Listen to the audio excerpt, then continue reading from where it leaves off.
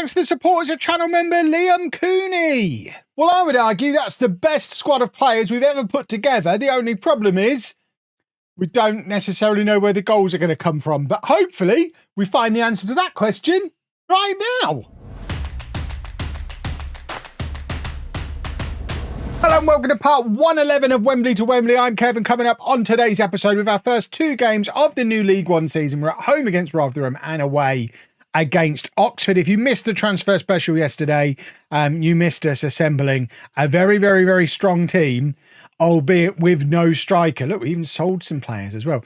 My total lifetime transfer business, how do I find that out? It's on here, isn't it? Total lifetime transfer business. I've spent £38,500 and sold £300,000 worth of players. I've made £100,000, which sounds a lot until you realise it's 2039, and I've made that over the course of 15 years, which, it's got to be said, is a lot less impressive. But this is our new look team for the new season, and I think it's very snazzy. Certainly defensively, it's very brand new and shiny. Team cohesion only average, club atmosphere only average. It's going to take us a little while, but I think once we get settled down, I think we've got a really good chance of making those playoffs this year. So in goal, we have new boy Deegan Slocum, 22 years old, lots of potential, very exciting. Left back, Dan Berry. He was here last year. We sent him out on loan. He's now ready to become our number one, number three. We've then got new boy Scholes, new club captain, Seb Scholes at centre-back alongside Lloyd, who was, of course, here last year. We have got new boy Gary Rose sat on the bench as well, who may well become our starting centre-back before too long. And Edwards, who has returned on loan after last season. Really, the reason Lloyd and Edwards there, I didn't want to do too many changes in one go. Edwards probably is going to be my starter, or it could be Squire. Rose probably will be my starter, but for today we're going with Lloyd, just so we're not doing too much upheaval in one go. In midfield, we've then got Westlake, who joined us partway through last season alongside Unkatha, who was great last year when he was fit. Only actually managed to play 30 games because he had so many injuries over the course of the season, including that season-ending torn calf muscle that he picked up in March. How different the running might have been if we'd have had him in the team still, but he is back today and he's never going to get injured again. And then we've got new boy Adam Duffy on the left-hand side, Fenty, who may well end up being our striker. He's going to start on the right, but may end up going up front. Shehu is going to be in behind the striker, and the striker is the on loan Paul Marnie, who's just joined us from Ross County. Not even played in a friendly yet. We have no idea if he's going to be any good. Like I say, before the day is out, we could end up with Fenty up front and Bunce coming in on that right-hand side. We're playing against Rotherham. Rotherham are expected to... Where are they? Rotherham are expected to be pushing for the playoffs, so it's quite a good yardstick for us to start the season, because that's where we kind of would like to be, would expect to be. The media, because it's all done on reputation, think we're going to get relegated. I beg to differ. Let's get the team submitted and go out there and start as we mean to go on. We're going to do some goals. We're going to do a win. We're going to prove that this is the best squad that we've ever assembled, even if we don't have a recognised striker. The last 2 years, we've very much been carried by having 25, 30 goal strikers.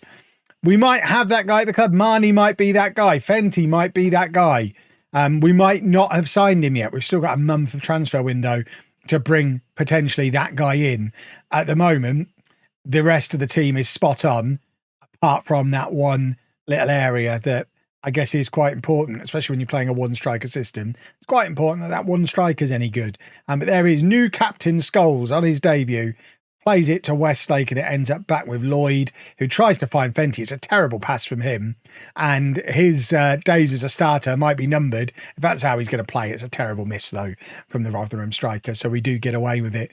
But a little bit of a warning for us early on, that we can't be that sloppy in possession. Rose is sat there ready to come into the team. He is, according to the squad planner, the best centre-back we've got. So he's going to be in this team sooner rather than later. Scholes has just been appointed club captain.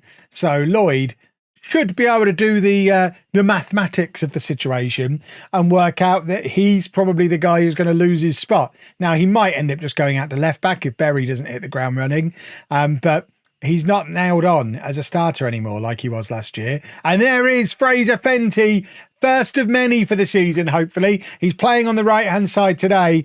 Like I say, I don't know if it's going to be his long-term position. He ended up establishing himself on the left last season, but Duffy's got that spot for us now.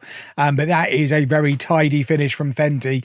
And if he's going to be a goal threat from the right-hand side, maybe we don't need to stick him up front. Maybe we can have him being a goal-scoring wide man, which is obviously something we're very used to here at Wembley. Tom Best doing more coaching badges, working his way up through the pecking order of coaching staff. It won't be long before Tom Best is my assistant manager. Don't you worry. And obviously I'd quite like to get him tutoring Fenty. If we can get Fenty being a League One version of Tom Best in his prime, when he was tearing leagues apart from that right-hand side, that could be a very nice thing to have. That is not a great debut from Slocum. He looked like he had that covered and he's just kind of pushed it into the back of his own net. Did we have this big telly before? I don't know that we did, but it's a corner for Rotherham and it's 2-1. And that's two very quick succession goals. There you go, twice in the space of 3 minutes. Question marks over the new goalkeeper for both of them. It's been a long-term problem position for us. Perini has left the club after a number of years. I mean, you've got the goalkeeper and a defender there. I mean, it's not really good enough, is it? To be beaten in that manner. But I'm still not completely happy we've got the goalkeeper situation sorted. I'm never a big fan of short goalkeepers. And Slocum, at only 6'1", he's a little man, isn't he? We don't really like having a little man in goal. But ability-wise and everything, he's supposed to be really good, but sometimes in FM it just doesn't matter and you just need to be 6'4", and if you're not, tough. Right, Edwards, charging forward, lost his number 6 shirt by only joining us relatively late, but not lost his ability as an attacking threat, and he's grabbed us an equaliser, 2-2, and that's very well worked. Westlake looks very good there, doesn't he? There's been a couple of times there where it looked like Westlake was going to lose possession, and he's just managed to keep hold of it in midfield and keep the ball moving on. I quite like him. He never really got fully fit last season. He came in halfway through the season, took a long time to get his match fitness up, and then all the injuries started happening around him and he picked up a couple of knocks himself and never really got a run in a full strength midfield as a fully fit midfielder. I think this is going to be a very big season for him, and it needs to be because we're paying him a lot of money. And Slocum, oh my word. I mean, there's been plenty of times in my Football Manager series over the years where a goalkeeper has had a shocking debut and you lot have just never let go. And you might be writing this guy off immediately here. Slocum not really making any saves, is he? I can see the comments in my head now. There might not be any recovering from this for Slocum. He might be done. And Duffy going off injured in the first half, also not ideal. Bunce is going to come on. I think we'll actually swap those two over. Because that's the way round we played them last year. Fenty on the left, Bunce on the right. But Marnie's not really shown anything as the striker. And the goalkeeper doesn't look very good. So it's not the start we had in mind at the moment. We've had 2 shots and scored them both. So we're flattering ourselves a little bit with some good finishing as well. We need to be doing a lot better than this. We're going to go attacking. We're demanding more. Cross comes in from the corner. It's headed clear, but only as far as Bunce, who's hopefully going to get it back in the mixer. He tries to go around his man. Just cross the ball, for goodness sake. He's going to do a wonder goal, isn't he? Bunce is still going. Bunce is still going. Wonderful work from Bunce. That's why you don't just cross it straight back in. I always had faith in him. And there's a first goal for the club for Marnie, who'd been absolutely anonymous in the first half. I mean, to be fair, Bunce has done all the work for him, and it's a very easy tap in. But this is lovely work from Bunce. I think he needs to be starting, doesn't he? He always looks a threat. And that does suggest maybe Fenty at centre forward if we're going to be starting backs, unless Duffy's proper injured. I mean, if Duffy's proper injured, then we've got a problem anyway. We've certainly got a problem in goal. I am worried about Slocum. We might be looking at what kind of goalkeeper we can get in the loan market. We've got no money left to sign any more permanent goalkeepers. But this has been a poor performance from Slocum in goal. Not a very good debut at all. We're going to demand more again. We've scored 3 goals at home and somehow are still losing. That's not a good sign for our new look defence. I guess that is the one thing to say about it. It is a new defence that has never played together before. It's going to take a little bit of time for them to settle in and get used to playing together and hopefully get better. But the plan was the defence was supposed to be upgraded this summer. On current performance, I don't know that it has. But obviously we haven't got Rose in there yet, so maybe he'll be a difference maker for us. Squire will be licking his lips as well. And if there's any Premier League young goalkeepers who want to come in and do a season with us, oh, for goodness sake, we're giving away a penalty now. Does Slocum have the opportunity to redeem himself here with a penalty save? I mean, he's not got near anything else that anyone's kicked towards him. If he can save penalties, I guess that would be one bonus. It's not. We've conceded 5 on the first day of the season. Maybe this is going to be a tougher season than I anticipated. Is this squad not as good as I thought it was? Or is it just early season dynamics? I mean, we certainly don't deserve to have conceded 5 goals. Slocum, goodness me. Do we just bring Randall on? Has he been that bad? Squire's going to come on at right back because Edwards is shattered. Shea, who can come off for Slivov, the other young striker that we just brought in on loan. So he can come in and play behind Marnie. And I guess we leave it there for now. We're not going to change the goalkeeper. That's probably not the thing to do on a debut, even though it's been an appalling debut. If we take him off, there really is no coming back for him, though, I don't think. Right, final couple of changes. Everyone's tired. Berry is going to need to come off. Rose can come on for him. Lloyd can go out to left back. And we've got the new boy, Anthony Whitmore, who joined us in the summer. I think he's going to come on. He's 6'4". How did I not notice that before? He should be a nailed-on starter. He's going to come on in midfield. And we're not going to see Septus today, but I doubt it'll be too long before we start seeing a few of these other new faces. If this is the kind of performance we're going to be putting in, we're going to be doing a lot of chopping and changing to work out what on earth we're supposed to do with this squad of players. I was so happy and so positive at the start of the episode, and it's all gone very wrong. Largely because of Slocum, but that does hide the fact that if you actually look at the XG, we've not really created anything. Oh dear, from Slocum. Oh dear me. I mean, he has been an absolute disaster. That's a horror of a debut. 6 goals conceded, several of them his fault, but we've not really created very much either. So it's not all him. But when you're conceding 6 goals, I mean, we did score 3, you know, it's not like the attack didn't do their bit. That was just an appalling debut. My word. Right, we're going to play the cup game off camera. We'll be back for Oxford, hopefully with a new goalkeeper. Well, we did sign a new goalkeeper and let him be a lesson to always scout players before you sign them, because I saw Ross Patterson, saw he was 21 years old and that he'd already played nearly 150 games for Aberdeen, most of them in the Scottish Premiership and Championship, and figured he was playing regularly for them in the Premiership when he was like 16, 17 years old. He must be great. Don't scout him, just get him straight in as new first choice goal. Oh, what have Aberdeen been doing? He's not even as good as Randall. So he's in on loan for the season. And we've also signed Harry Regan, who might be the answer to our striker problems. He's 6'2". He's previously of Reading, been on loan at various clubs, Boreham Wood, Torquay. Decent goal return, can also play in midfield and out wide. He's not match fit yet, so don't expect him to start immediately, but at least we have a striker now, and this is the team we're going to put out there for Oxford. Oh, by the way, we knocked Reading out of the cup. That's the same Reading team who knocked us out of the FA Cup last year, comfortably beat them in the EFL Cup. After being awful against Rotherham, I don't understand it either. Oxford are second in the league, though, so they had a good first day of the season. We need to take the good form from the Reading game into Oxford. So Slocum does keep his spot in goal because Patterson isn't very good.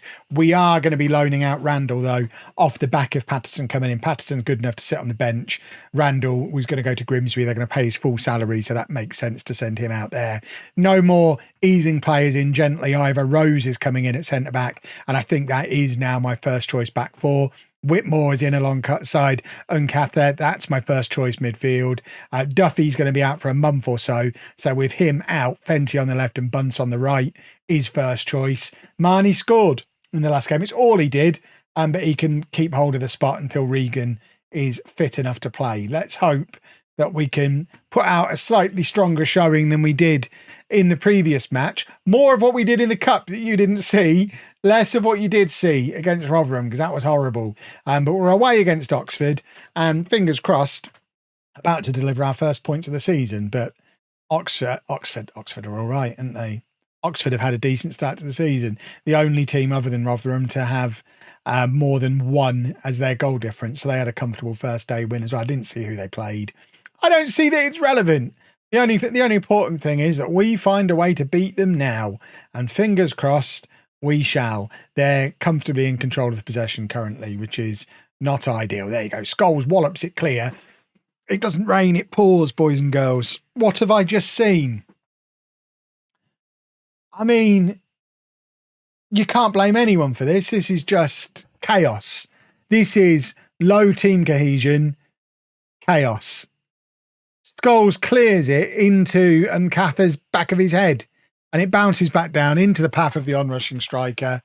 And yeah, I mean, what do you do about that? There's no accounting for that. That's just one of those things that happens when team cohesion is low.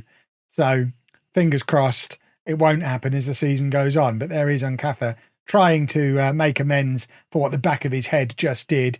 Edwards, who of course knows how we play, plays it across to Bunce, and Bunce has scored, and Bunce looks like he's starting this season very positively. Bunce, it's worth pointing out, did get into the Euro Under-19s Dream 11.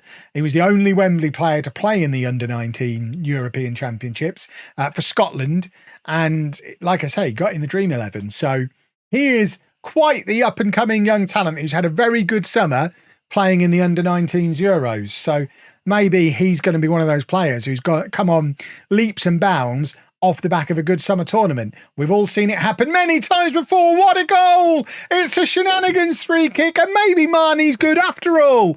We saw him do nothing but a tap in the last match, but this time he receives the short free kick and just turns and absolutely wallops it. It's wonderful stuff.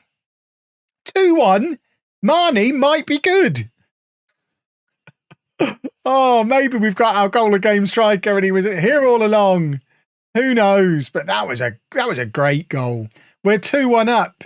Remember when we were struggling? Remember Rotherham? I don't. Feels like forever ago.